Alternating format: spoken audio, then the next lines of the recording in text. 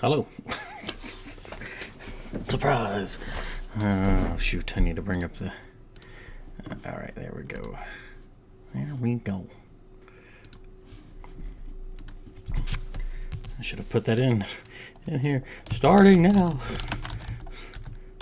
Oops. Alright.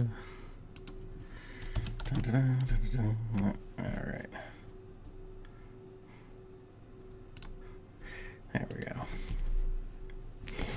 Okay. Howdy hi. Hope everybody is doing well. I am doing fine. Whew. But yeah. I think I got everything situated. I was kind of lackadaisically going, but yes. I got two different, well, no, I have one different biscotti today. Still have the turtle pecan, and then got the salted caramel one this time around. So, yes. So, all right. Goodness gracious. I've got a mess. It's like a cluttered mess. That's all right.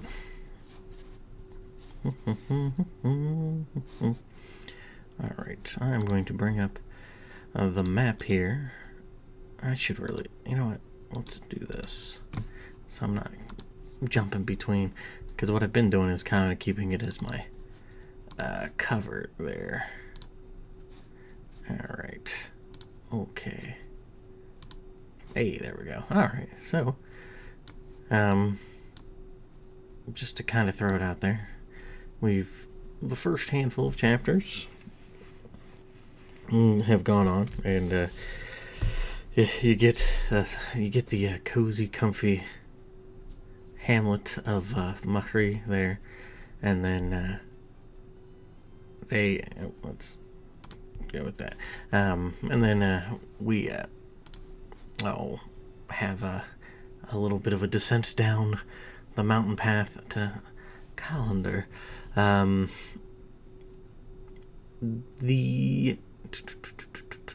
What am I thinking?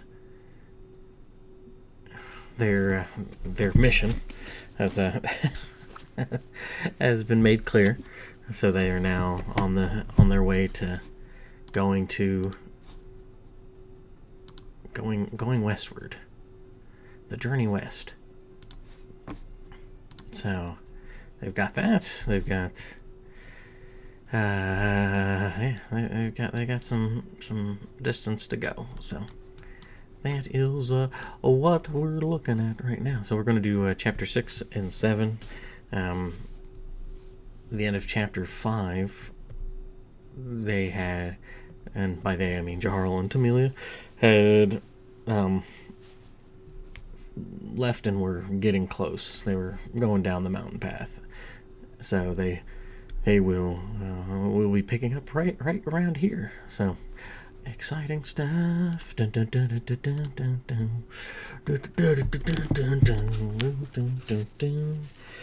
right. I don't think there's anything to really add. I guess just a sense. So before leaving, that little bit is just what they've been in the town of Mahri, in the hometown, in the hometown, as it were. And then there's, because I have like 2-3 pages that are just like about this author, books by this author. So the rest of this is what's going on. So yeah. I don't know, for pacing's sake, if that's great or not. I feel like it's a good happy medium. It's not like they're going to be in Mahri a whole bunch, so kind of establishing that and then springboarding off of that, I think, is important, because you have 40 pages of that, and you'll get an idea of, as it's going along, similar vibes or not so similar vibes, as they go from place to place. and I didn't want it to be. I didn't want it to come off as misleading that it's like, oh well, you're in the comfiness. I mean, not to say that's bad or anything, and the tonal whiplash can serve a purpose. I figured, that's probably a good. Without, truth be told, I know probably it may come off as, for some people, might be seen as a bit of a weakness. Depending on, I guess, the kind of story you want to tell. But I can be kind of impatient, and I think a lot of writers can be impatient. But, like like there's times where I'm just like, oh, I want to get to the next thing, but you can't just get to the next thing. You kind of have to work your way to the next thing. So,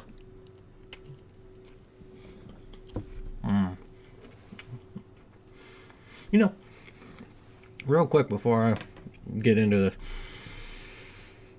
There aren't a lot of different types of biscottis in stores. Not around me. I should probably go to a proper baker or something. But I went into one place and they didn't even have anything, and I was like, oh, okay, cool, swell, great, wonderful.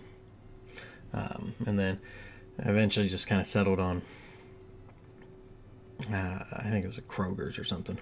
And it was like, oh, okay, I guess I'm not disparaging my salted caramel biscotti, but I was kind of hoping to get, they had limon, lemon, but limone, but I'm not really feeling it. I got a little bit of a sweet tooth. And so, yeah, I was hoping for something a little bit different, but,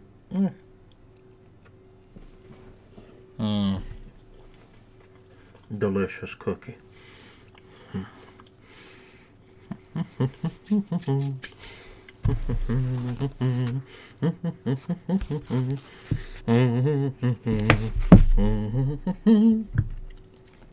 Okay.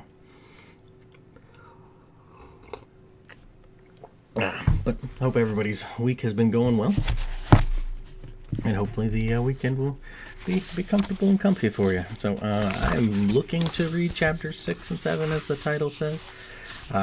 If I was to try to read chapter 8, it would be double. I would be doubling the reading amount. So, kind of thinking that that's not happening. I mean, 7's a fairly long chapter itself, but yeah. Well, that is something else I've noticed, and I have to sometimes not subconsciously, but consciously be like, oh, this is not right. I need to, in the sense of for whatever reason, there'll be stretches where it's like, oh, I wrote a 10-page chapter. Oh, a 10-page chapter. Oh, a 10-page chapter. It's like, what? Stop this. What is this weird rhythmic sort of chapter writing thing? And I think that's important as well, to have a little bit of a difference in length. It came up much more so in Sudraba. Not to say that it doesn't pop up in here, but with Sudraba, the kind of the big rising climactic portion is a very lengthy chapter that's kind of bouncing back and forth between present and past, and it's definitely meant to just be a tension, like a tension builder. I mean, just kind of, I don't know, other people who've read the Sudraba have kind of said that it's almost like it's faded in a way, how it goes about. That just everything just seems to just go like it's coming. And I don't know if that's necessarily a good or bad thing, because maybe some people might be like, okay, what was the point of all that then? But, yeah. Wow, wait. We'll read that book. We'll talk about it then. But until then, talking about this one. Also, as I'm being blinded by light, gracious, this is the sun reflecting off of a bedsheet. Good lord. Okay. All right. Let's see. Oh, I guess I'm nearly a. It's behind me somewhere, but I have. I write by hand, and then I try to type stuff out, and then go from there. But I am a handful of pages away from getting the first notebook done for part 2, so I'm excited about that. That'll be like 140 pages handwritten, which typed out, I think it's 90-ish.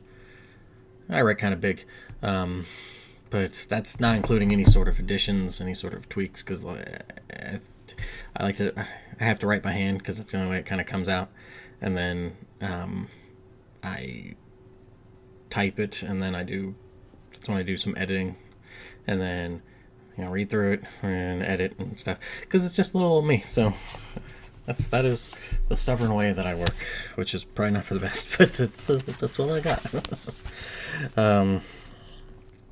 Okay, so we're going to get into this. Let me get this clip on. All right, chapter 6, calendar. Greetings, you two troublemakers. A voice boomed throughout the village. A large man fit for mountain life exited his stone cottage, nearly smacking his head on the doorframe as he did so. The wisps of hair on his head looked as though they had given up on trying to stay calmly on his head, and, for a brief moment, tried to hitch a ride on the frame of the door. He rubbed his head roughly, somewhat confused about what he felt. Quick to recover, he lumbered toward the pair.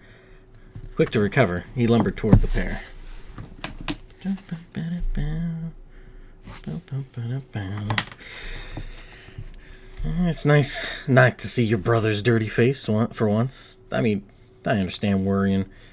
Wait, let me read that again. It's nice not to see my brother's dirty face for once. I mean, I understand worrying your heart out for wherever Hardwin and Vanine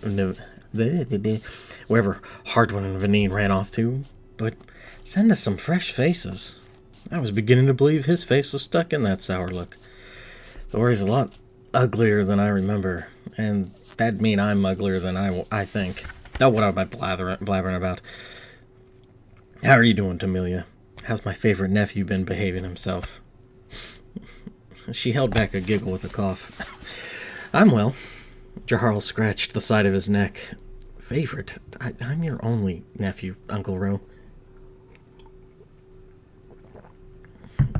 Doesn't mean you're my favorite by right.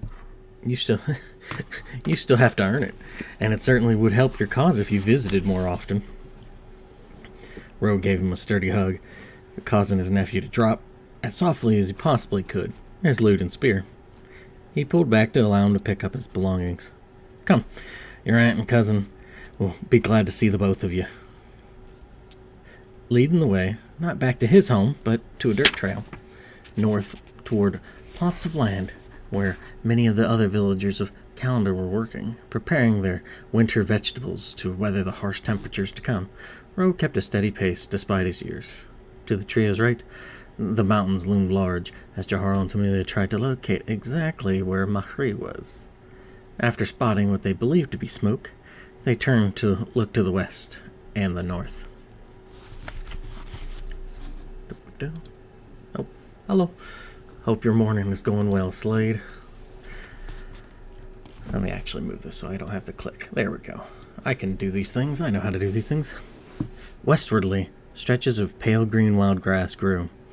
Whenever the wind blew, it always looked like invisible fingers combing through a head full of hair. A few objects also stood out to the pair in the view. Off in the far distance, slightly to the south, the smudge of river split sat. The others, much closer than River Split, were old farm buildings once used by the people of Calendar, abandoned when the settlement drifted closer toward the mountain base. To the west, northwest, the two could barely see the tops of more mountains peeping over the horizon. The north mirrored the west with its long sweeping fields of wild grass, except to the immediate east, where the chain of mountains continued northward before drifting slowly to the west. Much closer to the village, large sections of the soil were divided by twine to differentiate between the crops and to rotate what to grow where. The villagers tended to the precious crops of garlic, lettuce, peas, scallions, spinach, and turnips that would aid them once through winter. Surrounding the farm soil, a wooden fence skirted the edges, offering a haphazard form of protection against wild animals stealing their way into the farmed areas to nibble on the plants. Its presence also provided the location with a comforting feeling of closeness, despite facing the expansive open plains on three sides. The three advanced toward Amos and Osena, who were tending to the northern side of the fence with a layer of fleece to shield the plants from the biting northern winds to come. Along the way, they stopped for a moment or two to greet everyone they passed. Eventually, they arrived at their intended destination as the two stopped work once they noticed who was accompanying Ro. "We'll be back in a moment to finish the spot. I haven't seen my nephew and his friend in ages." Amos, followed by her daughter Osena, stood up and hugged the two visitors.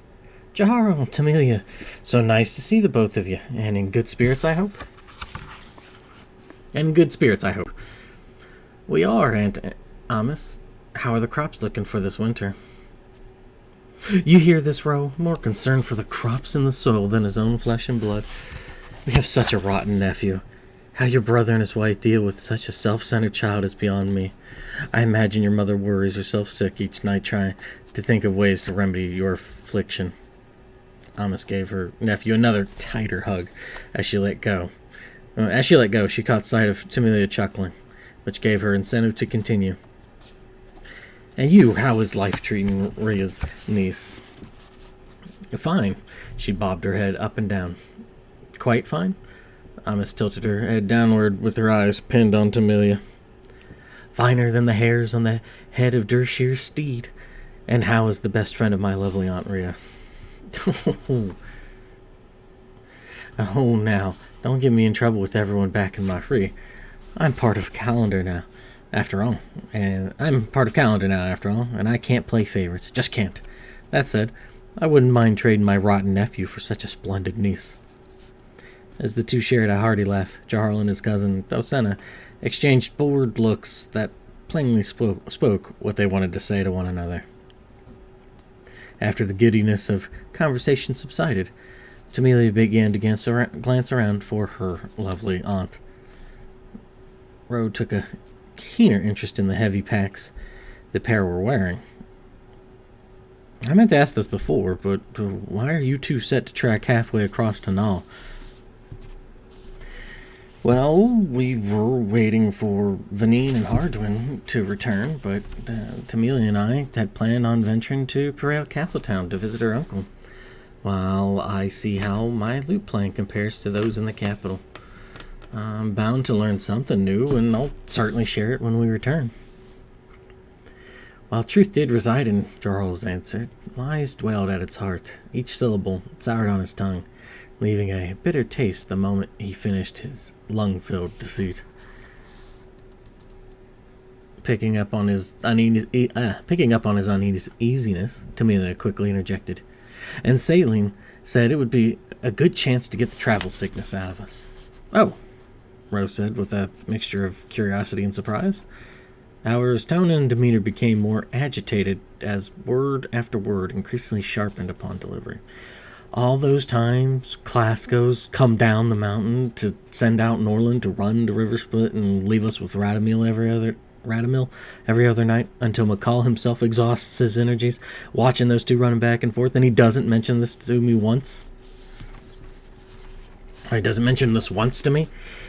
Well, this wasn't something the whole village had been planning, Jaharl stated, mentally seeking an explanation to assuage his uncle that did not include mention of the devious truth of their endeavor. I mean, to be honest, we're rather jealous. Vanine and Hardwin have been traveling throughout Perel while we've been stuck in Mockery. Ro let out a roar of laughter. No small wonder. And Salin's the one who said it'd cure your travel sickness, eh? Jaharl nodded in agreement. That she did. Jealous of a lover's pilgrimage. Are you jealous of the rain as it falls to the ground and quenches the soil's thirst? I think you too, now that you're older, will come to appreciate the simpler ways of village life once you've experienced the hectic ways they live elsewhere. When you do, you won't want to leave ever again.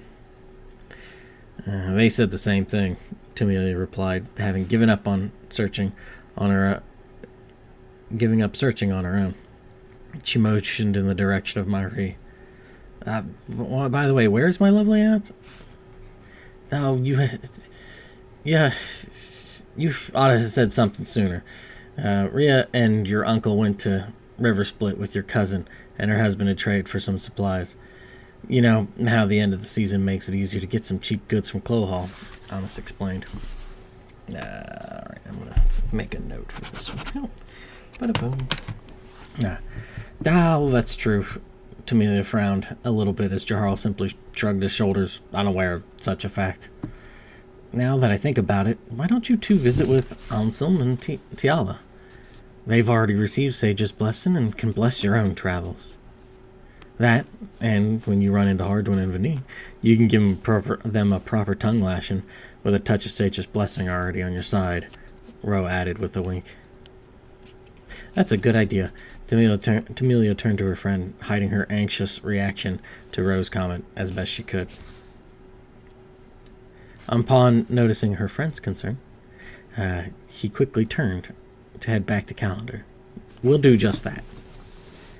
Hastily, they trekked back to Calendar, curious to hear from Anselm and Tiala, with calls from Charles' family to meet up for dinner. Before long, they were back in the village, crossing through its thoroughfare toward their destination. Roughly the same size as Mockery, its neighbor had a much different feel. Where forests created a cozy sense of closeness, the surrounding fields provided a nagging sense of smallness. Skirting around the arbitrary boundaries of the village, a misshapen stone wall meandered, like following the steps of a drunken fool. It stood waist-high, acting more as a formality than as a proper form of protection. The few segments where the walls did not connect, dirt trails led to the few areas of interest nearby, Mahri, the farmlands, and west a river split. The main trail that bisected Calendar shouldered small cottages built from stones pulled from a small quarry beyond the farmlands that stood in uneven proportions. Some clumped together tightly, while others strayed closer to the outer wall. It must be nice to not have to do much work after getting that blessing, Jaharl weakly joked as the pair approached Anselm and Tiala's home. Hardwin and Vanine won't get that sort of treatment. They'll be lucky to get a proper night's rest with all the work they'll get. I imagine they'll yell at them until the snow clears off the mountains. Aye, Tamilia chuckled. Hey, Anselm, Tiala, we know you're home. How about you come out here and welcome your old friends? A few moments later, a door to one of the cottages flung open, and a couple, not much older than Jaharl and Tamilia, stepped out and merrily met them on the main path. Tamilia, Jaharl! Tiala ran over to the pair and hugged them. What a pleasant surprise. Come in. Anselm and I just made some tea. We can share it inside. Much better than standing out here in the cold. Inside, they sat on a long wooden bench, cushioned with quilts and small pillows. Jaharl and Tamilia sat at opposite ends with Anselm and Tiala between them. Each held a small wooden cup of hot wildmint tea.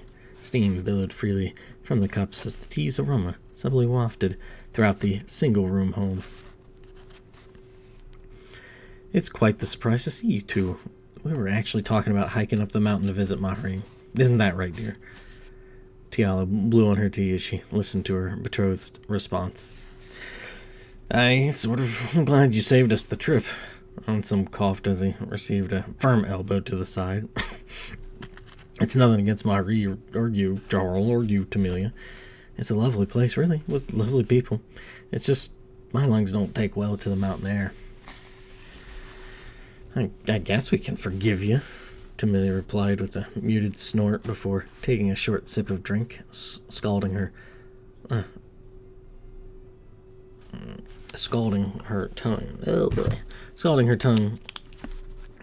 As a result, she softly bit into it. She softly bit at it in an effort to ease her discomfort. Serves you right, Tam Tam. Ansem mimicked her snort, which made Jarl snicker into his cup. She shot a poisonous look at both of them and replied, while still loosely biting on her tongue, I hate that nickname. Aye, I can tell. He considered the worsening stare he was receiving from both women and opted to change the course of the conversation to less choppy waters. So why the sudden appearance? I can't believe you came all this way to only visit us. All this way? It takes a decent part of a day at a slow pace to hike down here. Then why haven't you visited sooner? Because we've been waiting for Hardwood and Venane to return.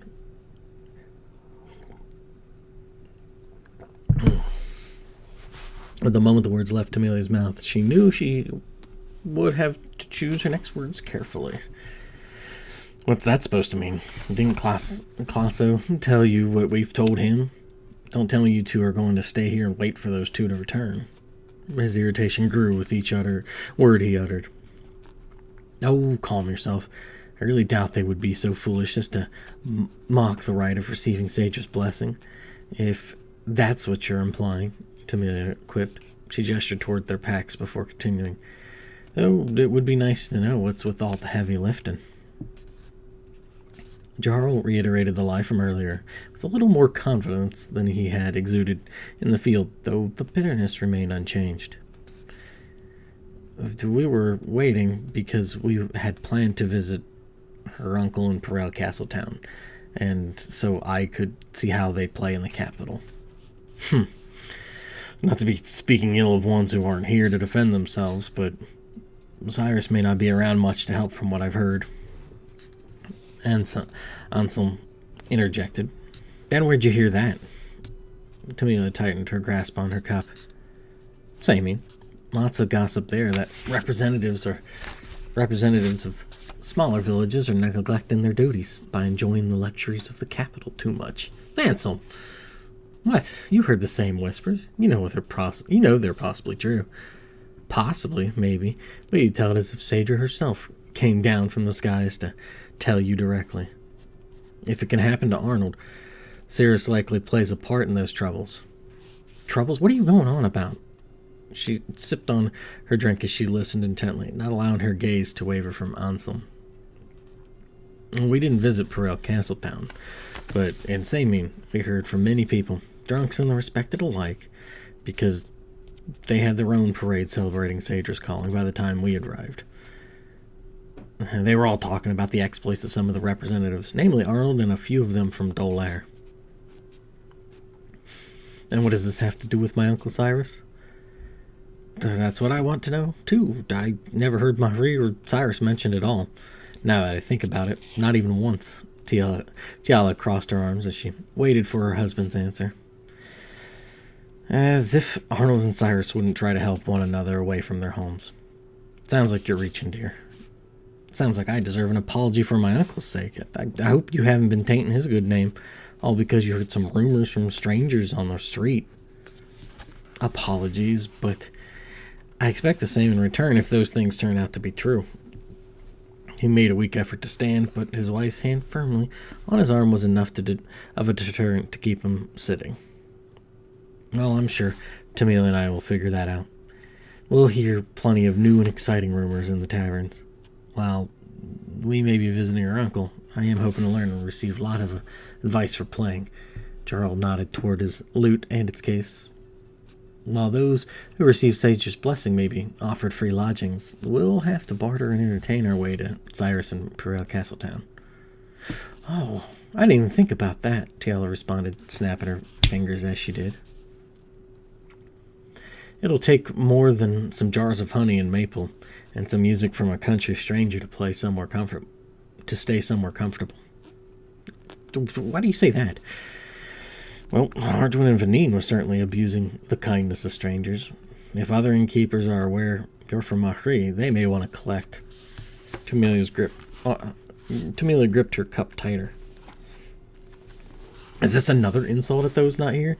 No, this one I can vouch for, even if he's a bit rough in how he says it. Tiala traded looks with her husband before continuing. Now, even though they left before us, we were returning from Samin, and they were still in Faladne, doting on one another. I wouldn't be surprised if a tavern owner forced them to clean dishes till spring. That's a rotten joke if I've ever heard one. Tamilia set her cup on the floor, still half full with warm tea. Ansem scowled. I'm not joking, it's the truth. Wouldn't that be seen as an insult to Saedra by interfering with the rite? Jarl swirled the remnants of his tea. It's not like they'd be forcibly kept from the pilgrimage, I'd guess. They'd still have to figure a way to balance the debt with coin and not stone, you know? Do you think it'd be fair to take so much from strangers in the name of Saedra and not return the favor in any way? The four sat momentarily quiet, listening to a strong gust sweep across Calendar. For all my money, and what little that there may be, they're probably held back in Samin, earning enough money for a few sellswords to accompany them to River Split. Sellswords? What for? The question nearly spilled out as laughter from Tamilia's mouth. We know Purell wars with Oteo, but that is beyond the mountains to the east. And to that point, there hasn't been as much as a sword swung here in Purell. Why would they hire some miscreants to travel with them within the kingdom's borders? The Saul. The Saul?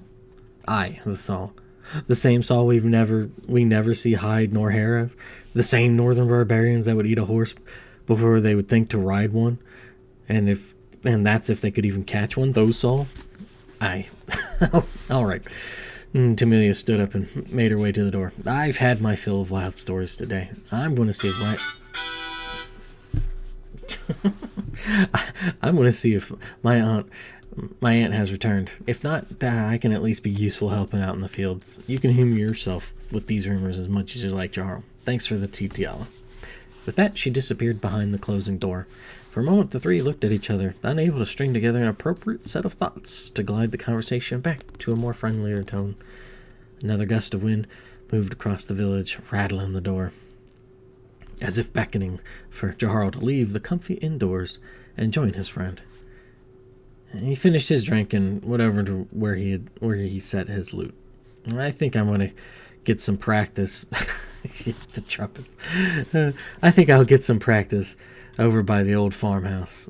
Thank you for the tea and conversation. I didn't mean to upset Tamilia. I also hope we didn't upset you. Tiala finished her drink while needling her husband to also apologize with a side-eyed glare. You know how she can be. She'll be fine. Is it all right if we leave our other belongings here? Certainly, Anselm said. As Jarl began to leave, he added, I guess that's why Classo didn't mention what I said, huh? About the song? Possibly. Let me say that again. I guess that's why Classo didn't mention what I said, huh? About the song? Possibly. No, not that. I believe the Saul are on the loose. No, not that I believe the Saul are on the loose. We didn't see any. But people all over Purell are talking about them. If anything, I bet Hartwin and Vanine went to Rowan to enjoy the warmth and avoid winter altogether. We've thought the same thing. Jarl shut the door behind him. He looked northward for a moment, contemplating the possibility of the threat of the Saul. Thinking moment time.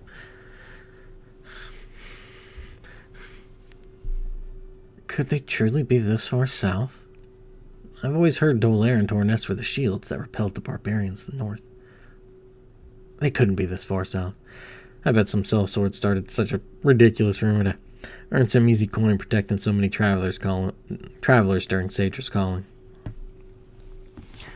Assured of his own reasoning, he walked out of Colander toward the dilapidated farmhouse to practice his music and allow his thoughts to wander freely. And then a little bit of a break. The husk of the old farmhouse, erected with the same sort of stone and mortar as the buildings in Colander, idly listened to its guests practicing. Unlike the songs nature provided in the form of birds that rarely sounded off-key or out of rhythm, its current guests' music sounded hesitant, aimless at times, and less from the heart and more overcomplicated, clouded with intrusive thoughts. Coupled with a persistent chilly breeze, the field by the farmhouse exuded an uneasy mood, as though ill news was being spoken through the wind. But no one could understand its whispery words. The hair on Jarl's arms and the back of his neck stood up on end, but he continued his playing, unsure if he was beckoning the mood or if it was already set upon him, and colored his intention so, leading him to struggle with his practicing. His younger self would have given up for the day, upset at the lack of instant progress.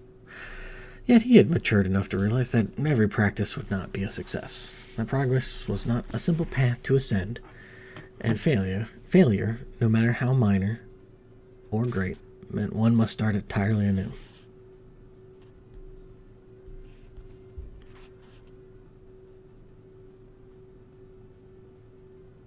Plenty of plateaus existed, and plenty of valleys to explore, which branched into undiscovered oddities, both interesting and gross.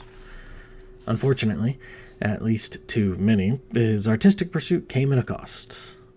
But one the young man was willing to pay. Instead of enjoying the company of friends and family with more frequent regularity, he preferred the intimacy of smaller groups. And when the music demanded his attention and energy, which it regularly did, a solitary life offered a comfort unmatched. He harbored no ill will towards others, though he had he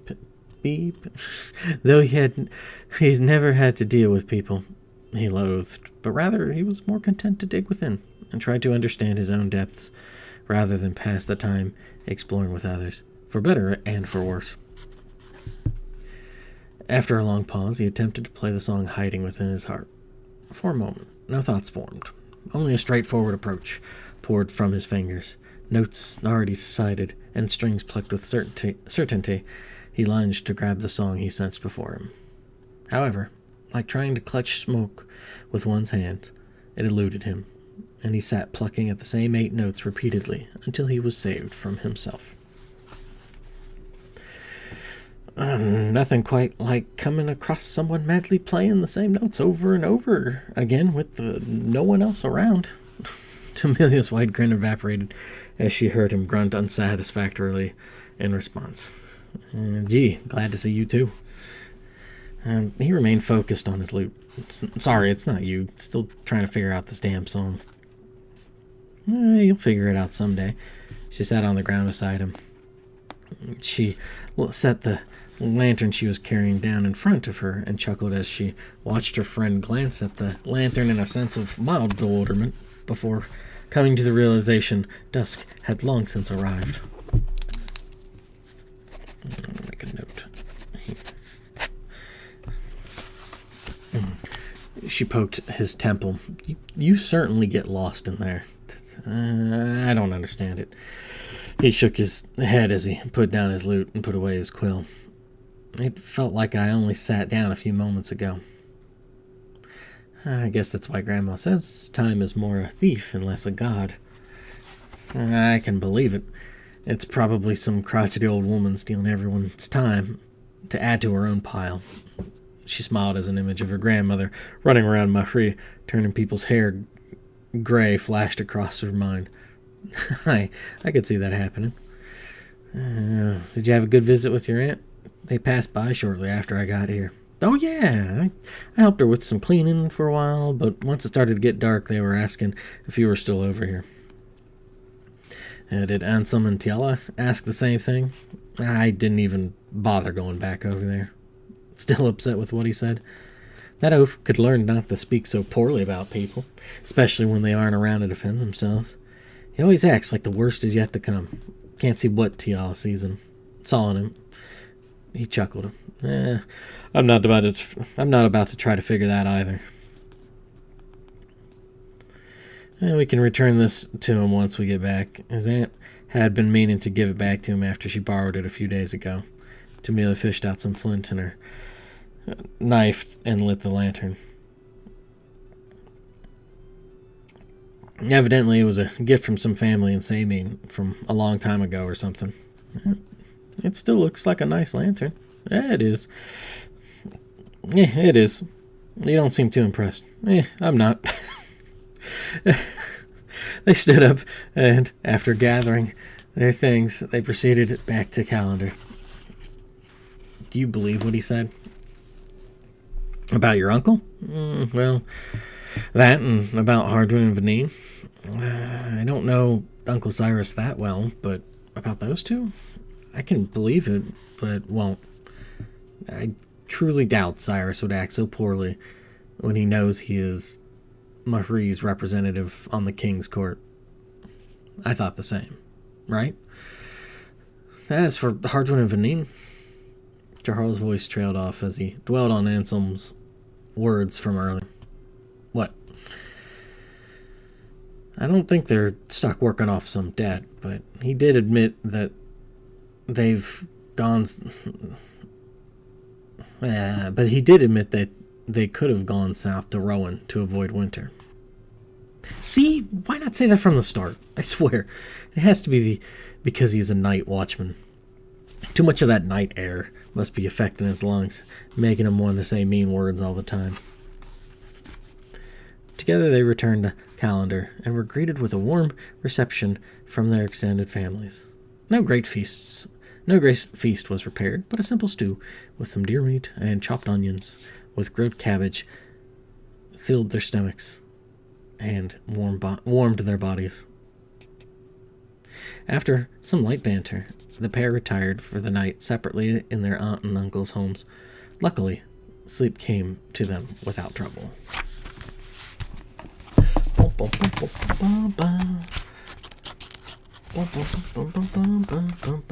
Alright, let us... That is the end of chapter 6. So let us go back to the index. Alright, a few things. Not a ton, but a few things. Dershir's steed is a legendary horse rode by a hero from long ago, claimed to have had fine hairs of gold, which Dershir would pluck and bury into the soil. That is how some places have veins of gold, while others do not. So, it's kind of a very, as I've mentioned before, the index being a way of sneaking in lore dumps. Because truth be told, this is a bit of a heavy lore dump, or situational dump. That doesn't sound right, but info dump of what's going on. We'll get to that in a moment. So to have at least something like that come through in the index, I thought was very important.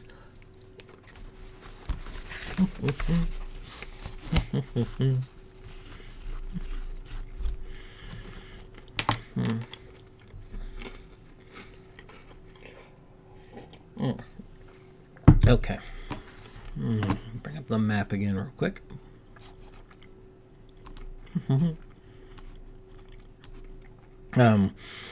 Dolaire is a logging town in northwestern portion of Perail, which is right here.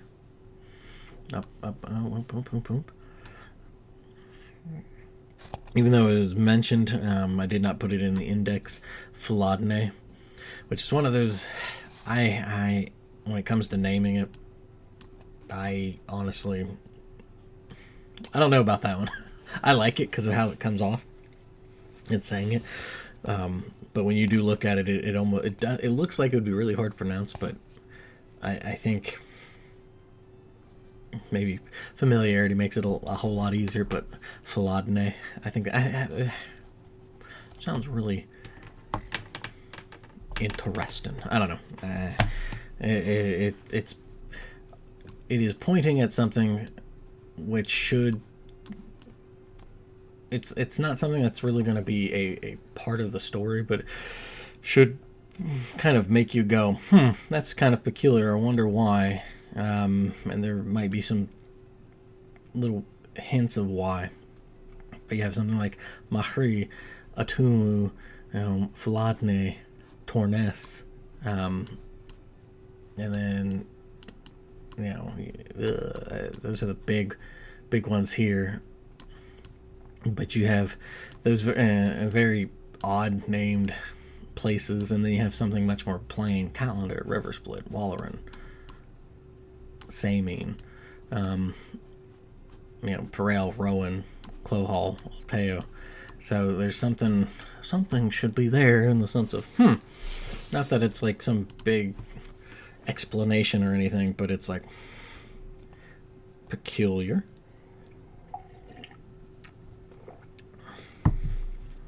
Okay, McCall, ME'Qall.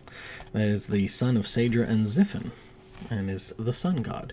I, for better and for worse, I have I'm like really, really hesitant to just say the sun or sunlight, so I try not to, and it's not like it's that big of a deal, but for whatever reason, I'm like, no, daylight, daytime, and stuff. So that's personality writing quirk.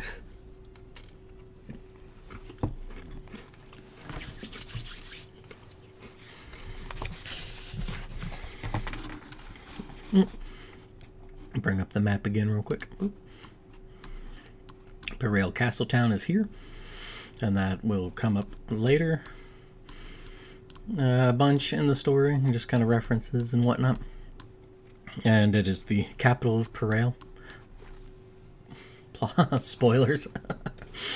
And then the other one mentioned is Tornes, which is considered to be the northernmost settlement in Perel, by a beautiful lake of the same name. So it is not really described, but the idea I have for it is almost like it is in this massive like cave opening in a way, and it's what kind of keeps it from being completely bombarded by winter, the winds and stuff, because like the map stops there, but beyond that it turns much more into these mountains here to the in the northeast corner. They start to kind of trail off and hook a little bit eastwardly, and these mountains here still start to peter out as you continue to go north, and then it turns into a giant tundra with this river kind of coming through and stuff. But yes.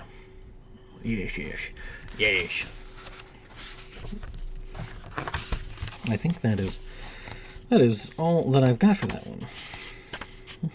Yes. Okay.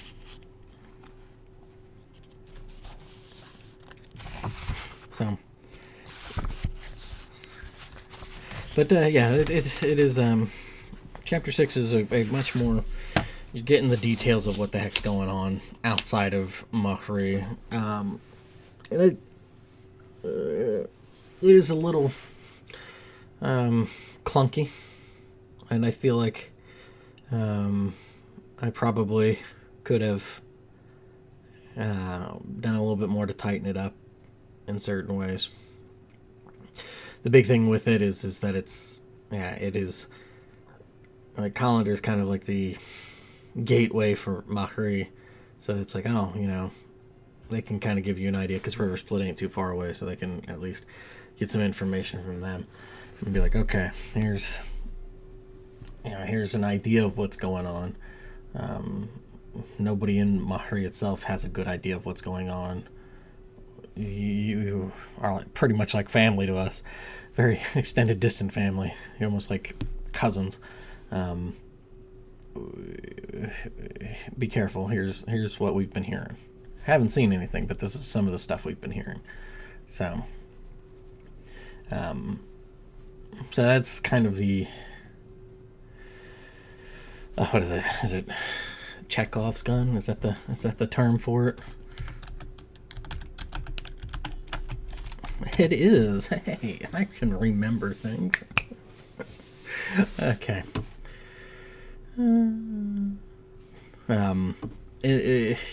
Like, I don't dislike the idea of it. Sometimes you have to have those. Sometimes it's nice to have those ideas up there to kind of, spring up later. Sometimes it can serve as a nice red herring or just a shaggy dog and just obfuscation. Too much of it and it might make everything feel a little, what's going on? Too little of it and it might make the other stuff seem a little but I don't know, I think it's nice to seed in a little bit of that information, well, a lot of that information. So you have the Saul, which have been brought up before, northern barbarian folk who they do not think very highly of. They obviously said a remark about how these people are more likely to eat a horse than ride it, or even be able to catch one, let alone catch one, kind of thing. So a bit, they don't really like them barbarian folk. But it's been much more of a boogeyman sort of thing. So it's like they're kind of just racist towards them. I don't have any other good way to put it. They're just like these idiots, kind of thing. So you have that. Like they played a lot more. Like I've had to change that a lot, and rein that in for the story compared to what the game was going to have with it. The game was going to have a little bit more, not like integral to the story, but a pretty heavy side quest for him and stuff, dealing with some Saul stuff. But they've really receded in the sense of the story, and and in the midst of writing part 2, I'm not really certain that they're really going to have a lot going on.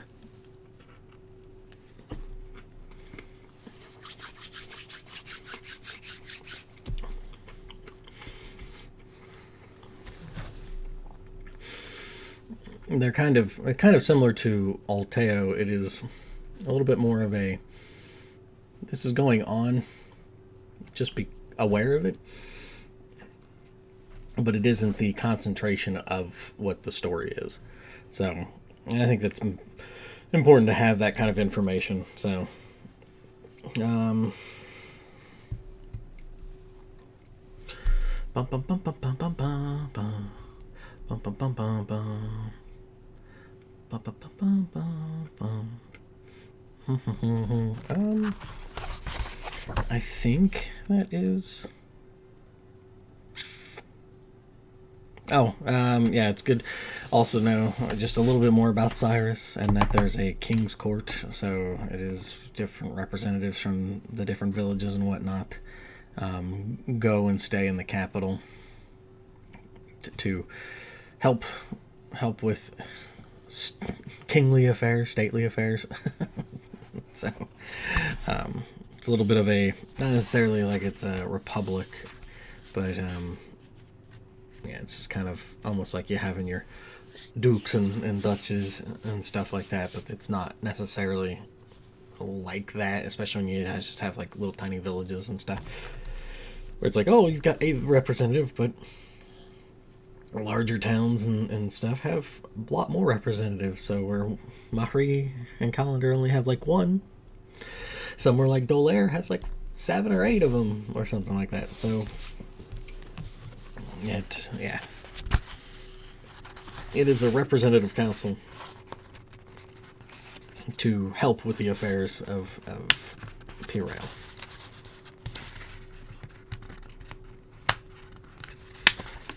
Bloop, bloop, bloop. I'm going to finish off this, and we'll do chapter 7, and then we'll call it a day.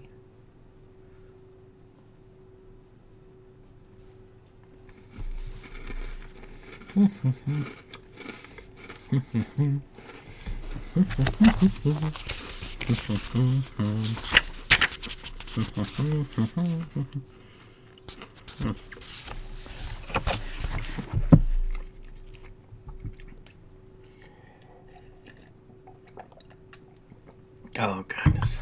That is very good. I guess I also should reiterate is that with, like, the Saul,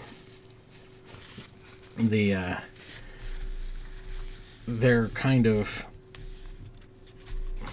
like small groups, and there's a whole bunch of them with like families and stuff, but they are all just sort of called the Saul, but there's a bunch of different types of families and stuff. So some have plans for some things, some have plans for other things and stuff. So dun, dun, dun, dun, dun.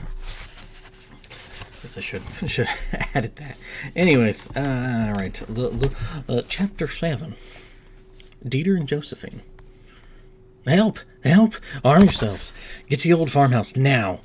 And some shouts punctuated the silent morning air as he rushed through the village, unsure of who might be around. He continued his frantic calls in hope of rallying some for the urgent reason he left unmentioned. Help! Anyone, arm yourselves! The night guard's shrilling rattled Jarl from his dreamless sleep, like a heavy blanket of darkness being ripped from his grip. He groggily rubbed his eyes, forcing his vision into focus. His ears twitched, welcoming in the hurried yelling from outside. Though he could hear the shouts plainly, his brain, like a rusty gear, opposed to moving, required a few moments of turning before he clearly understood they were calls for assistance. Propelled by a swelling sense of danger, he leapt from his resting spot and raced to the door. Neglecting to dress his feet, he snatched a spear, which was leaning against the wall nearby, and bolted outside. He shielded his eyes for a moment from the brightness before glancing around the village. Then he tracked the shouts until he found the man running in every which way. What's going on? What's going on? Jarl stifled a yawn with his hand to his mouth. Hurry to the old farmhouse. I'll find Tamilia. The three of us ought to be enough. Anselm steadied his breathing as he began to run toward the home of Rhea and Stalis. Jarl tilted his head to the side. Hurry for what? The young night watch stopped in his tracks and turned around. He gave a grunt before explaining as fast as he could. Some elderly pair being chased by bandits or something. The Maharian's eyes popped open. Do you want me to go ahead on my own? Yes! I'll get to Million, anyone else I can find. We won't be too far behind. Now go, or their deaths will be on our hands. Without a word, Jarl darted in the direction of the same farmhouse he practiced at yesterday. Thoughts poured through his mind. Thinking time. Our hands? I'm not the one who ran off to call for help instead of trying to usher them into the village to protect them. The coolness of the soil seeped through his feet, but did not chill his thinking. His steps remained focused as he rushed forward like a gliding falcon. Yet, when he neared his destination, his footwork grew sloppy. The young man hid himself as best as he could in the tall grass, stooping down low and cautiously moving toward the confrontation unfolding ahead of him.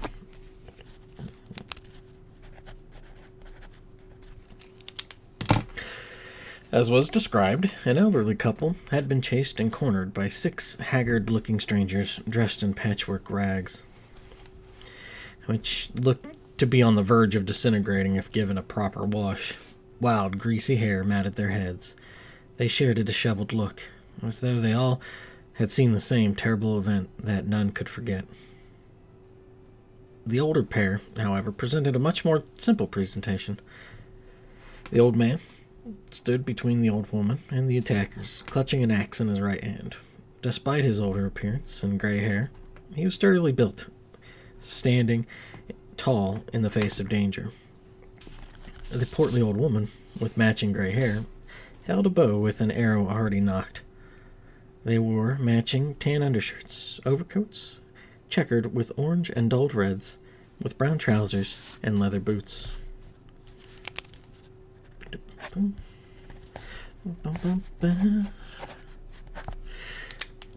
Thinking time.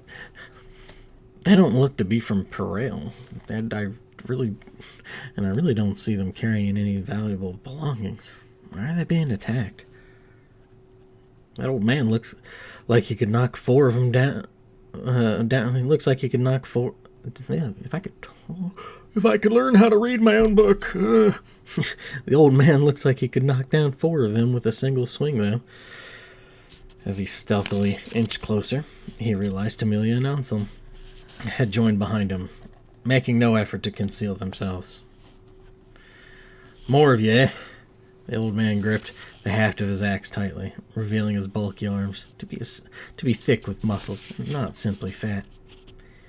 He continued in a gravel snarl, glaring in defiance as the attackers turned to see the three newcomers approaching. Be it 6, 10, 100, you'll regret trying to rob me and my wife. You'll suffer well after your bones are bleached white by the light of day. Anselm raised his finger and pointed, protesting the accusation, and Amelia's voice shortly followed, echoing irritation for being grouped with some homely vagrants. Jahar, on the other hand, remained quiet, which did not go unnoticed. So I take it you won't deny you're with these others, boy? The defender waved his axe horizontally in a semicircle. To me? Jahar remained crouching. Stood up upon being questioned. Jahar had remained crouching, stood up upon being questioned. Yes, you! Anselm and Amelia had slowly fanned out on both sides of Jahar with their weapons drawn. The old woman raised her bow and aimed it directly at one of the attackers. The leader of the ragged pack of thieves, sensing the complete shift in his predicament, dropped to the ground, prostrating himself with tears welling up in his eyes. Oh, please show us mercy. You can see the gods have shown us none. An audible gasp escaped from the trio as they watched the old man throw his axe at the man on the ground. A thud belched out as it sunk deeply into the dirt, narrowly missing the groveling man's skull and hands. With a swiftness unexpected for someone his age, he moved to recover his weapon as his wife kept her bow trained on the other would-be attackers if they suddenly found an ounce of courage. Seems luck has granted you another day, you mendicant criminals. Beg someone else, and without your daggers at the ready. Maybe then the gods will take pity on you sorry lot. He yanked his axe free from the soil, with his gaze trained on the man with his face still buried in the ground. Take this as a gift, and do good for your brothers and sisters. Yes, sir. I wasn't finished. His gaze burned hot. Woe to those of you who don't follow my words, because I will find you. When I do, my axe will do all of the speaking for me. With his threat delivered, the six scattered southward, fleeing as fast as their legs would allow. Once the danger was gone, the old woman rushed to her husband's side, offering him a handkerchief. He accepted it, began to rub the dirt off his weapon's head. Looks like you didn't even need our help, strangers. Anselm closed the gap between himself and the elderly couple, while the younger two followed, but carried out a hushed conversation between each other. She gave her friend a quizzical expression before mouthing, "Mendicant?" He quickly shook his head and shrugged his shoulders. Not a clue. We're probably better off asking the bees about the liana. He snorted as they followed their friend to meet the elderly pair. We'd probably understand them better. Well, we spotted you darting back to your village, shouting one thing or another, the old man replied. His weathered face seemed frozen in a permanent scowl, leaving the three to wonder if he was upset with Anselm's decision or simply speaking frankly. But we are thankful for what help you provided. His wife interjected, smiling so warmly that her gratitude was undeniably genuine. And before you ask, my name is Josephine, and my grouch of a husband is called Dieter. But I have a few other choice words to call him when he upsets me. The trio introduced themselves and exchanged cordial pleasantries. After finishing tending to his axe, Dieter shook the handkerchief clean as best he could and passed it back to his wife. Then the five returned to Calendar. So, where are you from? Anselm asked, leading the group. You don't really look like you're from Perail, nor quite sound like it for that matter. Are you suggesting we look and sound odd to you? Dieter's scowl worsened for a brief moment. Well, no. Anselm rubbed the back of his neck. Just different is all. I see. The old man's voice trailed off as the others waited for a fuller answer. Eventually, Josephine picked up the conversation slack. From some farmlands, far south of Clohall. That is where we hail from. South of Clohall? Why, for all of Amjil's soil, are you this far... this far north? The night guard turned to the elderly pair with a look of shock plastered across his face. It's a bit of a story. The woman's voice was... how would I say that differently? It's a bit of a story. The woman's voice was tinged darkly, as though it struggled to escape her lips. Perhaps I could explain better once we are more comfortable. They sit on the floor, as they listened to how the foreigners ended up in Perail, being chased by vagabonds. As was said before, my husband and I hail from the farmlands far south of Clohall. Not quite Brunteal, but closer to it than Clohall, depending on the route taken. The farmers don't have a banner we rally under, but we tend to think of ourselves as a community, not unlike this village, but very far apart. I tell you this because once we saw the yellow comet, the sign of Saedra, we agreed to take part in the ritual. Down there, we have our own gods, but we thought with the droughts and troubles we've had in recent years, it wouldn't hurt to ask the Saedra for a blessing. It seems to be working for Perail. We've heard many grand praises for the kingdom. Why not tap into the same sources of good fortune? We agreed to send our young son and his wife, but it has been far too long. We've been worried for their safety, so we decided to make the trek to Samine to discover what has taken them so long to return. We did think this might happen, though. Our son is a bit of a wandering spirit, as they say. Oh, but to say how we got here, we traveled to Clohall and its marvelous set of bridges without issue. However, as we were making our way to River Split, we stopped to help those poor people. They looked like they were simply wasting away, and I hadn't seen anyone in such a long time. The instant they saw the food we were carrying, they went mad and tried to rob and kill us.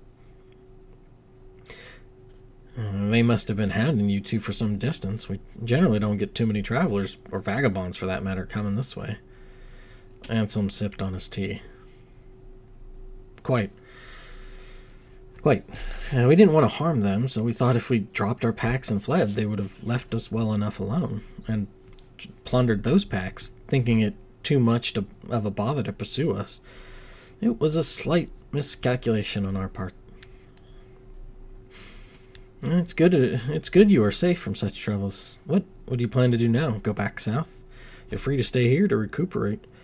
I have no doubt that others in Calendar will also help resupply you for your journey. Dieter and Joseph glanced as if silently debating how they would act next after their setback. His stern gaze, like an immovable stone, met her tender eyes, peerless and vast, like that of the sky darkened by the night. Nodding to each other, they came to an unspoken agreement. Our son is too precious for us to give up and return home. We will endure to River Split and beyond until we find him. Josephine finished the remainder of her tea. That is noble of you, and I can only hope our parents would do the same for us, as we hope to be brave enough to do for our own children someday, should the need arise. Anselm patted his wife on the thigh. Tamelia rolled her eyes while looking in Jaharl's direction. He held back a laugh, but gave a single nod, acknowledging and supporting her sentiment. Though to the others in the room, he was silently agreeing with the night watcher's remark. Thinking to him, the diplomatic tongue doesn't suit you. Keep to your night watch. Nothing noble about doing what's right. It certainly would make this world easier if everyone would do what's right and not act in ways to make it only easier for themselves. The farmer took a hearty gulp of his drink, leaving a small portion in his cup. That is a simple way to put it. I like it. Anselm raised his cup to show his agreement on the sentiment. Simple doesn't mean it's simple-minded, but I tend to find those who complicate a matter, or the meaning of one's actions or the like, they tend to be deceivers, and I loathe such people. Dieter crossed his arms and sat rigidly, surveying the expression of the others in the room. After a prolonged silence, a few murmurs surfaced in favor of his prejudice towards liars. Dear, stop being so grave. You've only met these people who have offered to help us, and here you are spouting off personal philosophies and how the world ought to look in your eyes. Lighten up a little bit, Josephine said, sounding more like a command than a kind request. I guess I should lighten up a little bit, Josephine said, which sounded more like a command than a kind request.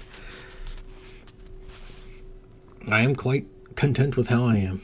Perhaps this is why I let you do most of the talking. Severity has its place, but kindness does as well. And for every bitter word to the tongue and ears, 10 kind ones are needed to match their strength. What's your point? Either way, the offer for help still stands. Anselm interrupted, feeling slightly guilty about the part he might have played in starting this disagreement between them. Now that I think about it, why not join me and Jarl? We're heading in the same direction. Let's go together. Traveling by 4 is much safer than by 2. Dieter leaned forward and faced Tamelia. His gray eyes met her. When were you set to depart? Today, she explained. We should have left sooner, but they allowed us to sleep a bit later than we were expecting. Honestly, after saying goodbye to our families, we'd be ready to leave, Jarl added, though not opposed to the idea of traveling in a larger group. Though we'll have to be careful about what we tell them. Be quick, and we can go together. It would be a shame to waste McCall's light and have to travel by Liana's. From Dieter's lips to Jarl's and Tamelia's ears, they said about their goal. The two Mahrians left Anselm and Tiala's and found their families working in the gardens to explain their need for a quick departure. I know we spoke about it last night, Ro wiped the sweat from his forehead, but pity you two can't be staying longer. Aye, Rio hooked her arm around her husband's. You two could help us make the work that much easier. Tamelia raspberried at the situation. We already had to do so much more back home because of Hardwin Fanine. Why not ask us to win the war with Olteo while you're at it? And we just might. Stylus freed his arm from his wife and poked his niece in the arm. Down! She massaged her arm and gave him a dirty look. Well, either way, Jahal and I are leaving, and we're going to be joined by 2 others. Oh? Amos looked at her husband and then to her nephew. A toothy smile crept across her face. Did they follow you 2 down here from Murphy?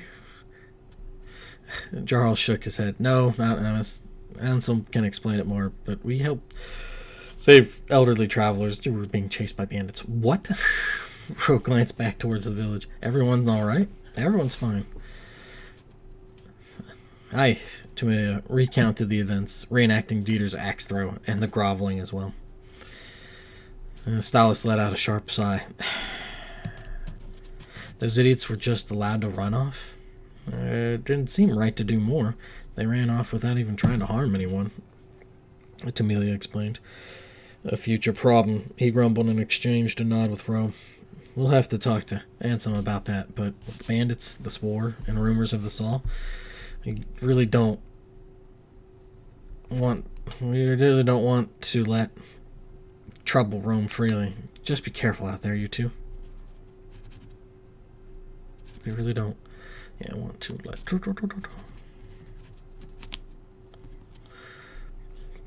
We will be, Tamelia tapped her side with her sword, where her sword hung. No, we have to be. Jarl tightened his hand into a fist. We'll be there for each other. His friend nodded confidently. No matter what. Ro stepped up to the pair and gave them each a hug. The others followed as he spoke. Good to have that friendship between you two. You'll need it.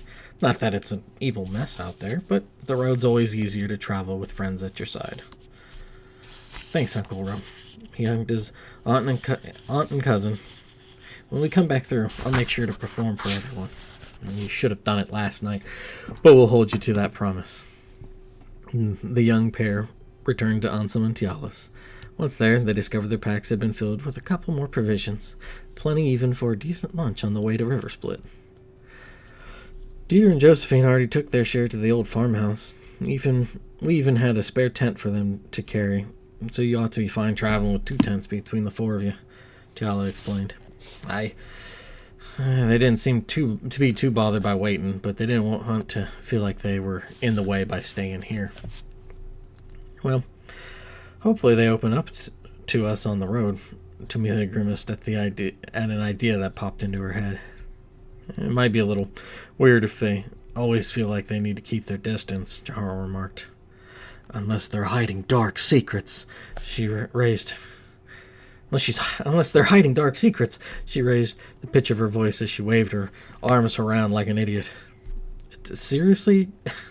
Without a hint of emotion. Seriously. I try. Seriously.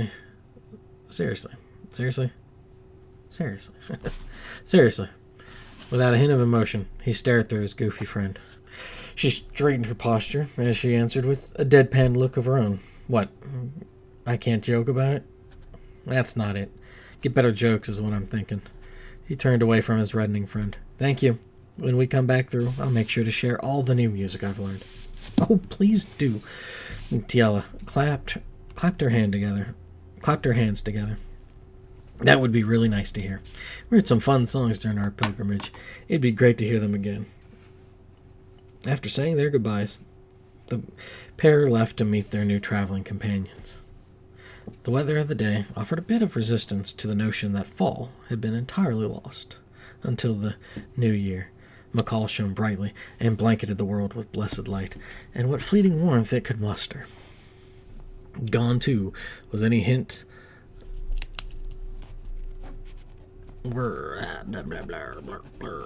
Gone, too, were any hints of clouds replaced with vibrant turquoise of clear skies.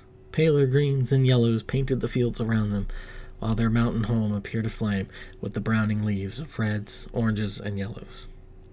Coupled with this view, the wind lacked its more recent temperament and refused to do more than lazily meander at a soft pace every now and again. You know, I think I get it, Jaharl openly mused, not exactly certain how to start the conversation. Tamelia shot a sideways glance at her friend and shrugged her backpack into a more comfortable position. Get what? Why Ansem didn't get angry at Dieter and Josephine. Angry about what? I'm not going to try digging around in that head of yours to guess at what you're thinking. Well, he seemed rather upset about us, but he didn't even raise the slightest objection when they said they were actively trying to find their son. Oh, you know, I didn't even think about that. I guess I was just happy they were okay. I felt the same, but I couldn't stop thinking about it. I wonder if Ansem didn't mind, because they're not too young. So no one's going to mistake them for trying to receive Sage's blessing. Us, on the other hand, The two walked in solitude, matching step for step, as their feet carried them to where their new companions were patiently waiting. A comfort welled within their chest the closer they drew to the old couple, like watching an approaching storm dissipate and clear into a pristine cerulean sky. Once they were within a pebble's toss of them, the four stood awkwardly, expecting someone else to initiate the conversation. "Are you waiting until the rest of my hairs turn silver?" Dieter's stern expression remained unchanged from when they spoke last. You already know a bit about us. How about elucidating us about yourselves?" What does he want to know about elusive dating? Tamelia peered over to Jaharl, who shared the same confused look. Dieter let out a long sigh, and as his wife chuckled. After clearing away the abject disappointment in the young pair's limited vernacular from his eyes, he spoke once again. "Tell us a little bit more about yourselves." "Oh, we already did that, didn't we?" Humor this old man. The tone Dieter delivered in his reply stuck Jaharl. Is he trying to test us? Was Anselm convinced that we were lying and warned Dieter and Josephine of that when we were gone? They're not that familiar with our ways, are they? They may understand and not see it as an affront to the gods, but now is not the time. "I am Jaharl of Mahri, and this is my friend Tamelia, also of Mahri.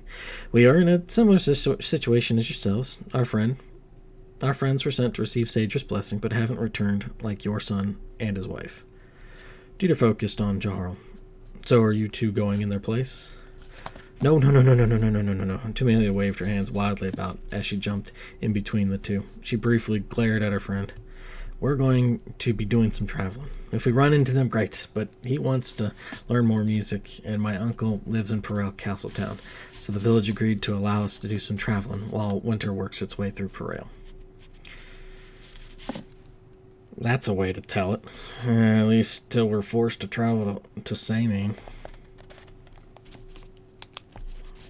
Jaharl cleared his throat. They told us to get the travel sickness out of us now, so we can come back home to Mahri without any regrets.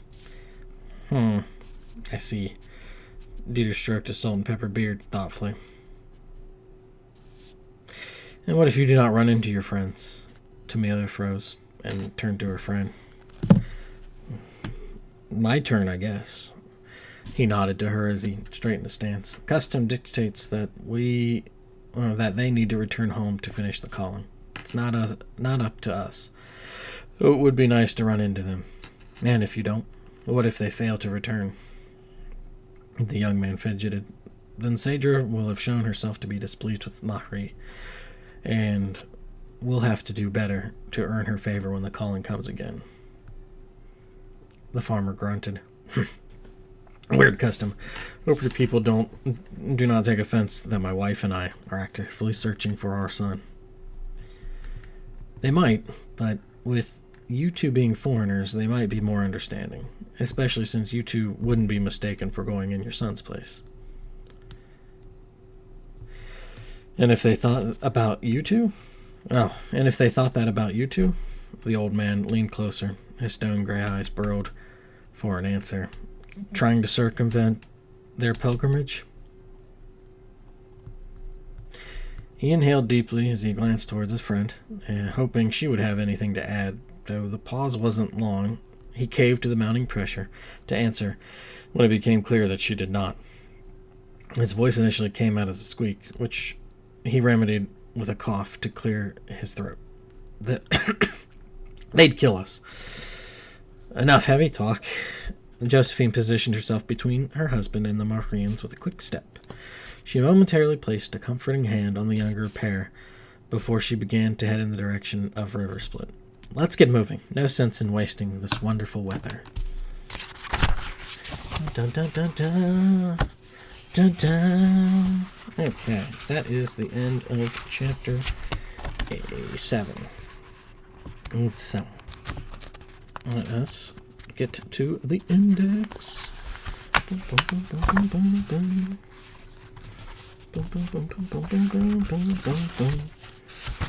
Okay. Alright, not terribly much in the way of stuff to mention in the index. I'll bring up the map again real quick. So Brunteal is mentioned, which is a land beyond Clohall to the southeast. And then Clohall itself is mentioned. Kolug will be mentioned later, but not for now. Clohall is the other entry in here. Southeast of Perail, a city-state built on what were... Okay, let's see here. Alright, southeast of Perail, a city-state built on what had been river deltas long ago. It had been an empire, but collapsed generations before the story. Like, a lot of generations. Engineering masters who created a series of bridges to protect themselves from invasions, riots, and pestilence made Clohall their home. They once gifted a bridge design to Perail, helping build it as a way to foster healthy relations. And that'll come up later, so I won't get into the bridge for now, but yeah, at one point, Clohall was kind of like the big boys on campus in the region, and they had built this big, for their principality, for the city-state, they built the city in, map-wise it looks really small, but think of a big cluster of river, like for a river delta, and it's all on that. So, so think of big old stone pillars with its own like ring of stone around the pillars, so that water isn't just kind of gushing into it and stuff. So they don't do much nowadays. So kind of fallen onto itself, but we've introduced two very important characters as they are traveling with Jaharl and Tamelia. So the Dieter is a very rough around the edges kind of. I mean, there are. It's not like just nothing, no nonsense all the time or anything, but very judgmental character. I'll say that. And when, you can tell that he's kind of no nonsense, just and his wife needs to be like, hold on, let's calm down. So let's get this. The name Josephine was used in Sudraba, but it is not the same Josephine. I just like the name. Josephine's a nice, pretty sounding name. So they are not the same character. It is happenstance that another character has this, but she is the she's like the soften, like the things to protect babies with the corner tables and stuff you put on the corners that soften and stuff. That's what she is. She's there to protect everybody else from Dieter's grumpiness, and I really enjoy that pair. It's part of it, and it'll come up again with other characters that do come up, is I wanted to have a few other different just good quality, even if a bit gruff and grumpy, but good quality, just older male characters that weren't just inherently buffoons or just bad. I wanted they're wholesome. I want some wholesome characters and stuff, especially after Sudraba, because Sudraba there's not a lot of wholesome, maybe wholesome elements and stuff, but a lot of them there's not a lot of wholesome, fully more wholesome, wholly wholesome, like WH holy. But yeah,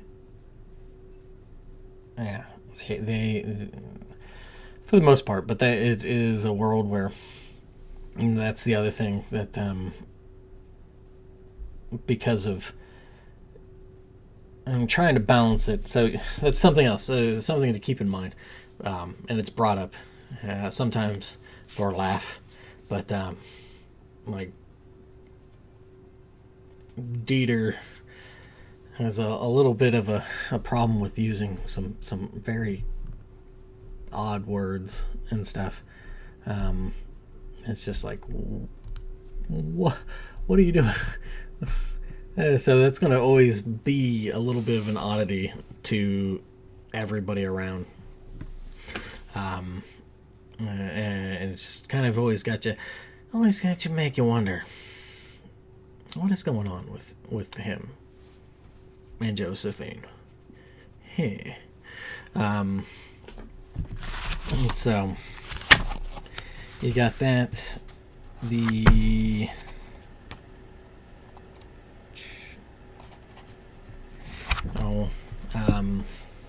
But yeah, you could kind of have an idea of class type for them if they were in game, because that's what Dieter would be using an axe, and Josephine would be using the bow and arrow, pew pew pew pew. I don't know why they pew pew pew pew, twang twang twang twang. But they are in it, and we'll see how that kind of comes about, because how much does lying matter? Will it make things worse the longer people lie, and who they lie to? Maybe not.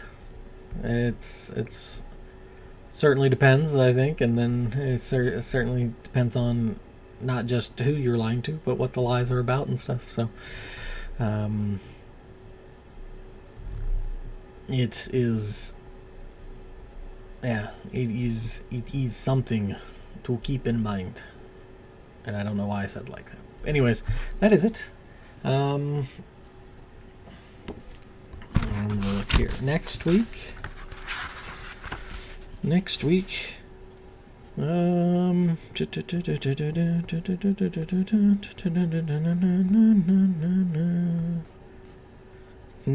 we might do 8, 9, and then chapter 10, which is 2 parts. I kind of doubt it.